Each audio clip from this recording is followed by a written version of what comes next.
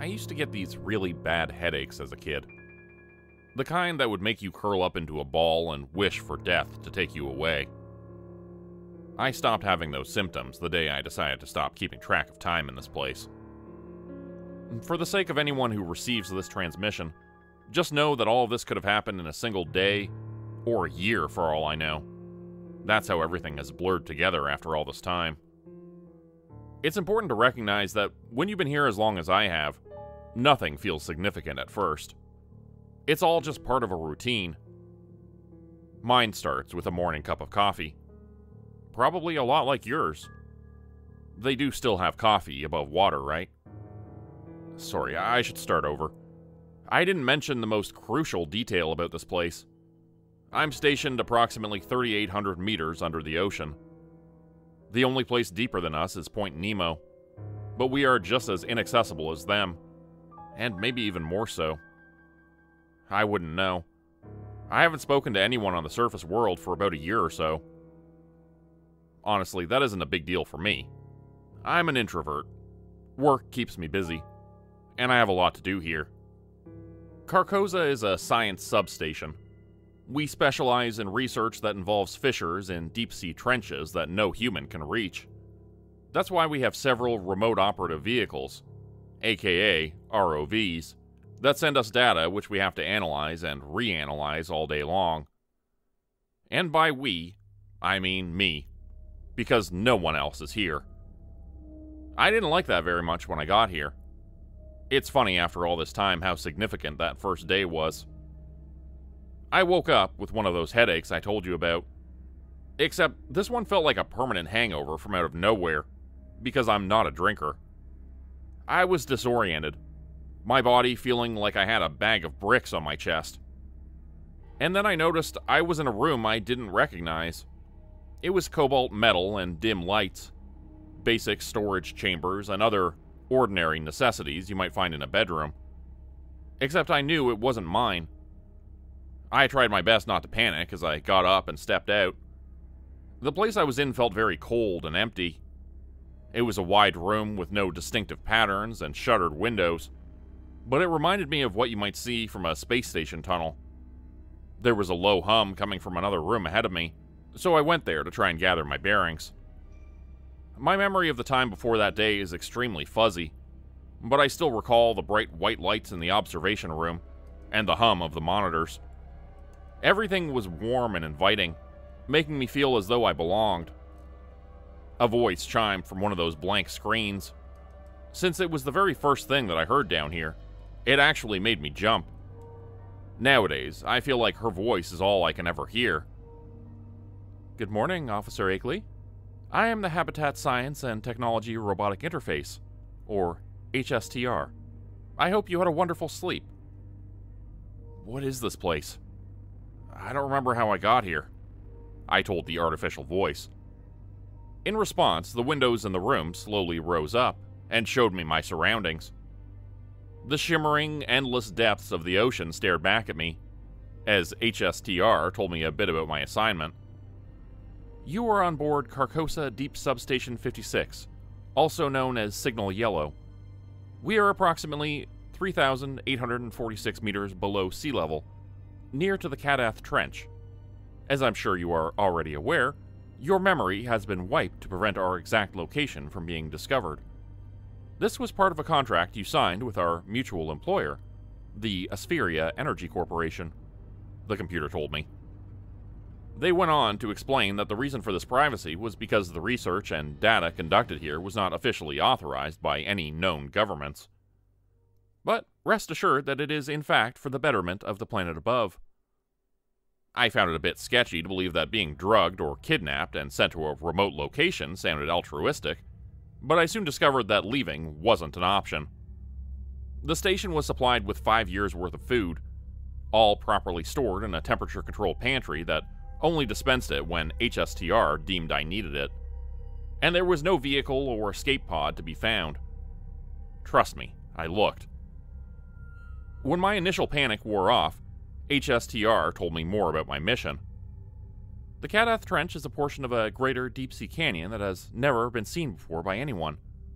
Our initial data recordings have shown that within this region there are potential mining opportunities, energy reserves akin to fossil fuels, except far more vast and volatile.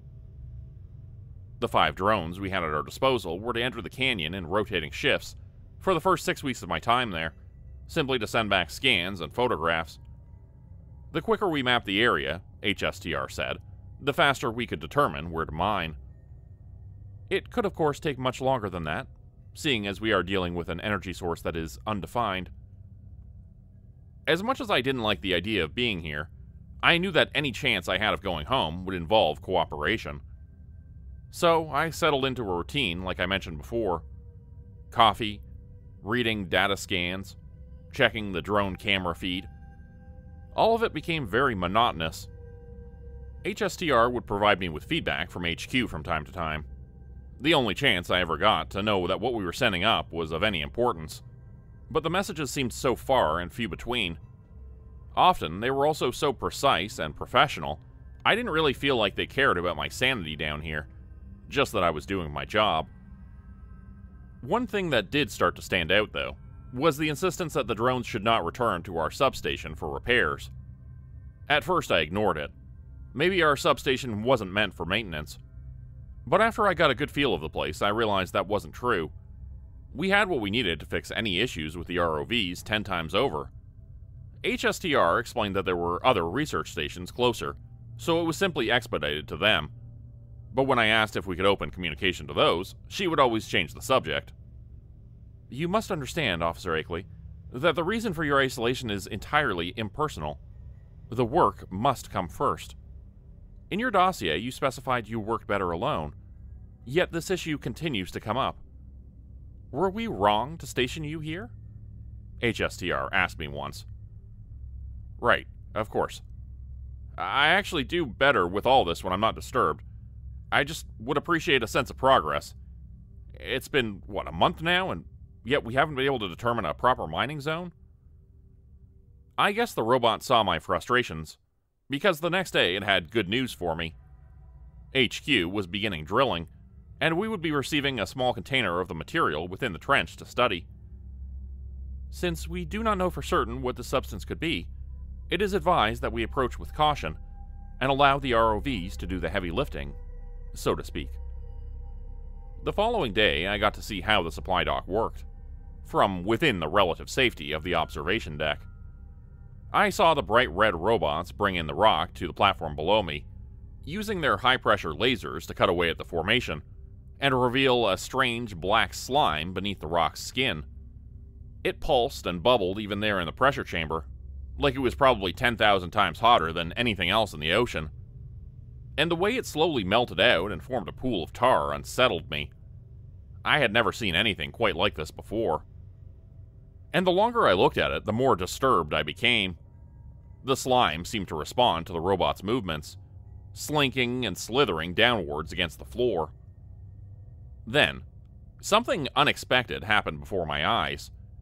The screen began to glitch, and I thought for sure I was staring at an empty space. Then it went offline altogether, as an alarm sounded. Is everything alright, HSTR? I asked. The computer didn't answer, so I began a long walk across the station, trying to see firsthand what was happening. Except, as I made it to almost the halfway point, I discovered the passage was sealed. I'm sorry, Officer Akeley. There seems to be some kind of contamination breach in the docking bay. I'm sending our onboard maintenance drones to determine the situation. Until I can determine what happened, it is best for you to remain here. That was the first time I had heard a faint hint of worry in the robot's voice. In fact, that was the first time I could even tell it wasn't simply some script coded in. This artificial intelligence seemed to have some kind of sentience now, and it was making certain I didn't get near that discovery. I wish I had asked why back then, but I shrugged it off and waited for the report, like a good little drone.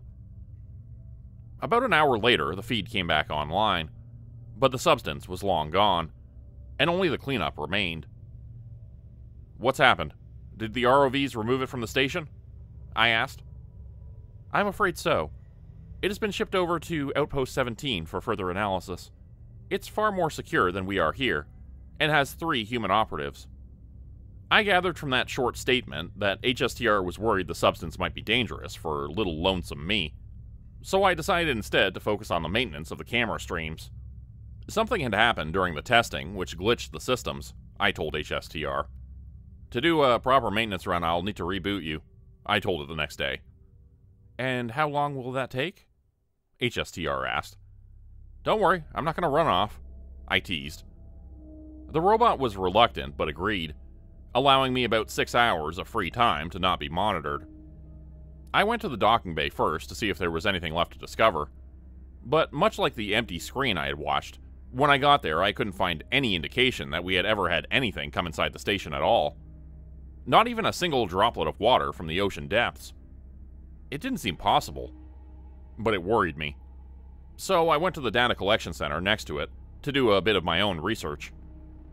This place is basically a storage room filled with circuit boards of information, stored for the entire history of the station. The system logs everything, and dumps it here for safekeeping, which would mean I could possibly find details of how I got here in the first place. It took about an hour to find the correct processor, and then place the data card into my personal computer.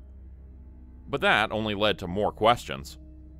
It was corrupted, and checking out more files to the extent of about 6 months before my arrival, I discovered they were all corrupt as well. Only one thing stuck out. HSTR was the one responsible for purging this information from the database. The camera feeds were the last thing I checked. Because, honestly, I hadn't been lying to the computer entirely. I felt something was wrong with the equipment, and a more accurate picture began to form as I did. I went back as far as I could, which was about 3 years ago, to see when the drones first entered the canyon, and I noticed patterns as I placed the video feed on fast forward. Patterns like the same shadows dancing across the rock wall, or the same waft of underwater bubbles fizzling past the screen. They were infrequent, but they were there. HSTR was not sending me new footage at all, I realized. This was all pre-recorded, and on a very long loop. One that was just different enough that I wouldn't notice if I didn't pay attention. Except, now that I had, when the computer finished its reboot, I decided to get some answers. The yellow activation light came on, and the soothing female voice they'd given to the robot addressed me, asking if I was able to make the proper adjustments needed. I was. And I found a few things that I wish I hadn't, which also need tweaking, I said as I pulled out one of the microprocessors from my coat pocket.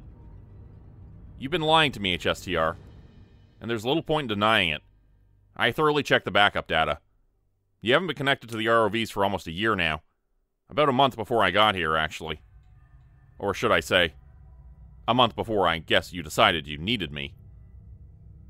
I actually have to admit I had no idea what the limits were for HSTR. It was entirely possible that the AI might view me as a threat, and cut my oxygen because of what I had just said. But I had faith that they were keeping me down here for a reason. Now it was time for them to reveal that reason to me. Officer Akeley, you have been down here approximately 18 months and 6 days. I want to congratulate you for taking the time to ascertain the issues in my memory, as this corruption has puzzled me for quite some time. You see, at the time of your awakening, I too was not aware of any information, except the few processors that had not been affected. It would seem, officer, that our past selves altered the data for our own protection. I sat forward, trying to comprehend what she was telling me. Do you have any idea what might have happened a year and a half ago? If my hypothesis is correct, it is the actual incident where this substation encountered the material that we witnessed on the recorded feed yesterday, HSTR explained. So then the feed we saw wasn't actually live at all, just a replay of the past, I muttered, trying to understand what the truth of all this was. So you're saying that I wiped your memory and then did the same to my own? On purpose, so that we would be trapped down here? Everything in my programming indicates this is the case. In fact, it would seem that you coded my software so that I would be unable to alter it without your prior knowledge. It is likely that this substance is not only able to affect your biological processes, but my technological capabilities as well, HSTR told me. So, how do we fix this? That's the one bit of good news. It would seem when you recalibrated my systems, it caused a fragment of the old data to filter back through. I am attempting to piece it together now. I hypothesize if we could continue such regulated system calibrations, it would allow further data to be retrieved, it told me. I mulled over that issue. I had no way of being sure if the artificial intelligence was even telling me the truth. But the more times it was offline, it gave me a chance to poke around as well without interruption. On the other side of that coin, if HSTR was telling the truth, then I had made sure that all of this would happen to protect us, and most likely the surface world too, meaning that further prying could be deadly. After a bit of mental deliberation, I decided it was a risk I would need to take. Fine. We'll schedule another one in 18 hours. In the meantime, we should send a dossier to the HQ and let them know of the malfunctions. Maybe we'll get lucky and someone will send some help down here, I told it. The robot claimed it would comply, and I spent the next few hours resting. I wanted to have my full senses whenever the AI wasn't active, and even though I was still wary of the computer, my options were limited.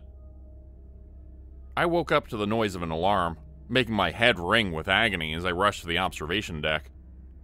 HSTR was providing me with camera feed from a close-by research station, and I saw on screen the entire deep-sea platform was collapsing into the trench. Jesus Christ, what is happening? I am afraid I don't know, Officer Akeley. I had just finished the defragmentation of the data when we received this emergency call, but I was unable to get any kind of response when I asked them what was wrong. What has transpired before our eyes took only mere minutes, HSTR explained. How many people were aboard that station? According to the data we have on file, 6, and their mission coincided with our own, to procure the energy resources and analyze them. I thought about the black slime that had reacted so quickly to our own scans, and how it seemed to have caused a lot of damage here. Our fate could be the same, if we kept pressing for answers. What did you find in the defragmented files? I said, sitting back and rubbing my head. For the first time in a while, those headaches were coming back. It would seem that my initial belief that the substance is biological was incorrect. Or rather, according to the file I retrieved, it is able to alter its form from solid to liquid, to biological to non-biological, depending on the circumstances, HSTR said. The way it so coldly explained something that sounded like magic unsettled me. There's nothing like that on this planet, I realized. That was the other portion of the data I found fascinating. The scans of the materials indicate that none of them originate here on Earth, or at least not on Earth that we are familiar with. What did that even mean? I watched as the last of the undersea platform finished collapsing, and decided that now more than ever, we had to act quickly before something like that hit us. HSTR, I'm going to go ahead and start another recalibration sequence. In fact, I'm going to do several short bursts so that it can give you the opportunity to collect the corrupted data faster. Will that work? The AI said nothing, perhaps calculating the odds. Then it answered slowly. Theoretically, yes. What will you do in the meantime, Officer Akeley?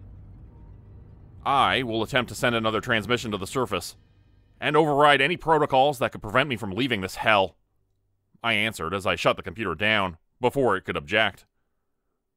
This time, I would have 8 hours.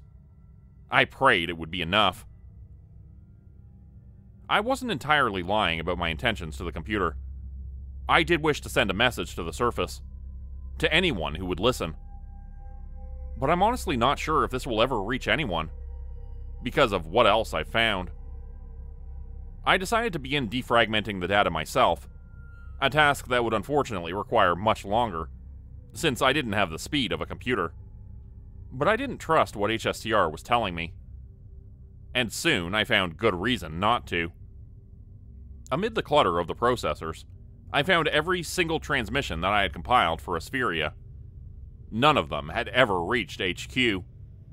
I had been thinking this whole time that I was accomplishing something, and the reality was, for some bizarre reason, this artificial intelligence was trapping me here, to simply do nothing over and over again. The frustration I felt made me dig deeper into the corrupted files. I'm not a skilled hacker, but I knew enough to figure out how to access some of the earliest video files.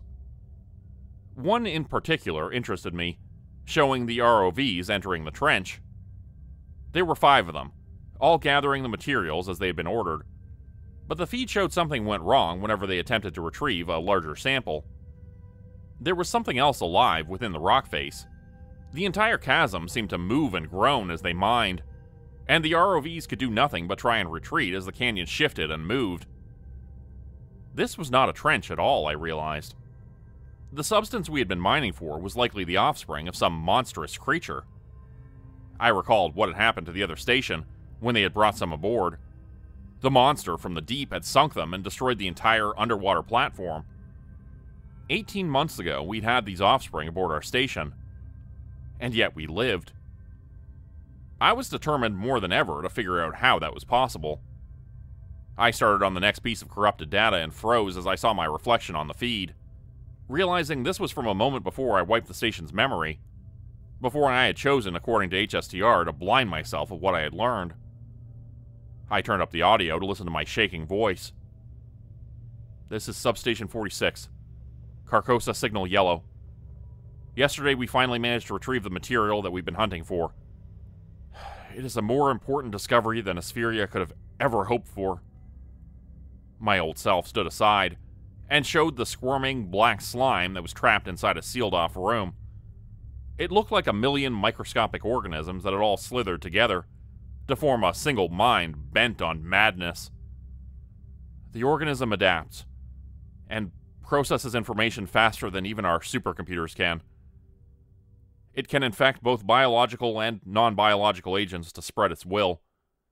We have had no choice but to lock down the facility and to eradicate all data related to it. It would seem that it is bent on reaching the surface, to infect any minds that are sane in the world above. And it would use our technology to do this.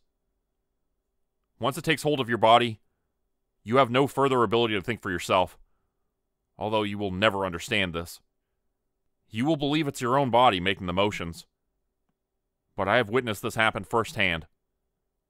My reflection said and showed his hand on the screen. It was as black as ash, like it was about to crumble apart at the bone.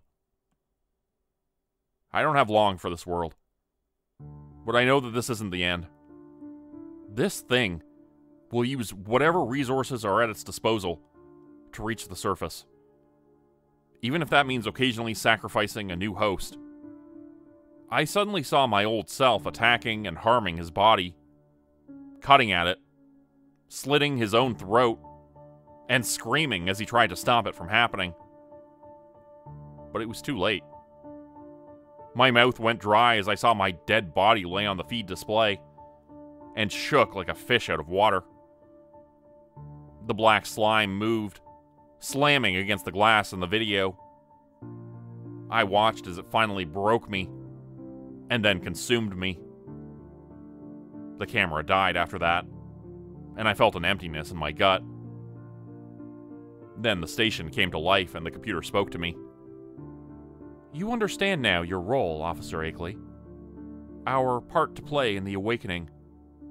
An opening to the threshold of the true world that exists in the deep. Its maw is wide and endless, and will devour all that stands in its way. We are but rotting corpses programmed to obey. And obey we shall. The door unsealed, and I saw before me the same black substance that I had seen in my dreams. The one that swallowed me whole, and gave me new purpose.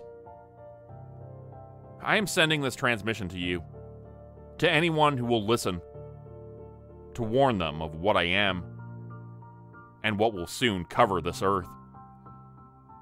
I touched the material, and watched as the slime covered my arm, sinking into my skin, into my veins, and into my mind. The Kadath Trench has an energy source unlike any this world has ever seen. Send more resources. We wish to mine further. The story you just heard was written by Kyle Harrison, also known as Colorblindness on Reddit. Check out the description below to find a link to his subreddit, and also to a new book called Liminal, 15 horror stories about infinite spaces, which Kyle Harrison is featured in. Thanks everyone for listening, and I hope you'll support the author and their work. Become a channel member today for early access, bonus videos, and special emojis only available to members. Check out the description below or click the join button for more info. If you'd like another way to help support the channel, please consider joining my Patreon page at patreon.com/JordanGroupeHorror. As a patron, you'll get access to bonus videos and content. You'll be credited at the end of every video going forward, and if you decide to stay for 3 months, I'll name a character after you which will be featured in a Hollow's End story. Links to join the Patreon are in the description. Thanks everyone for listening. Please like, subscribe, and comment to help the channel continue to grow. And see you again next time at 4 p.m. Eastern Standard Time. Hope you have a great night.